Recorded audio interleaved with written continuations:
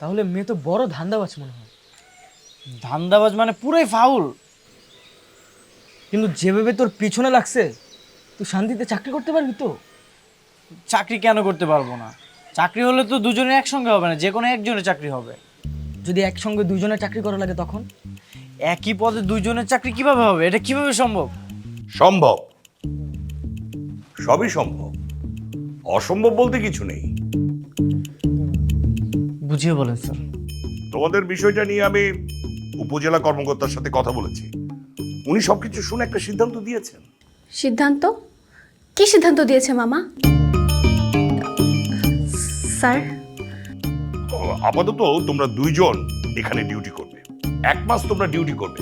তোমাদেরকে আমরা অবজার্ভ করব, এর মধ্যে যার পারফরমেন্স সবচেয়ে ভালো হবে তাকে আমরা পার্মানেন্ট করে নিব। খুব ভালো আইডিয়া মামা। মোটেও ভালো আইডিয়া না। যেখানে আমার চাকরিটা কনফার্ম হয়ে আছে, সেখানে পারফরমেন্স বিবেচনা করে আমার চাকরিটা কেন হবে? দেখো, এটা উপর মহলের নির্দেশ।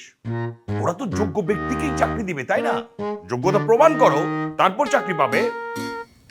ঠিক আছে স্যার, তাহলে তাই হবে। তাহলে তোমরা দুইজন রাজি? হ্যাঁ স্যার, আমি রাজি।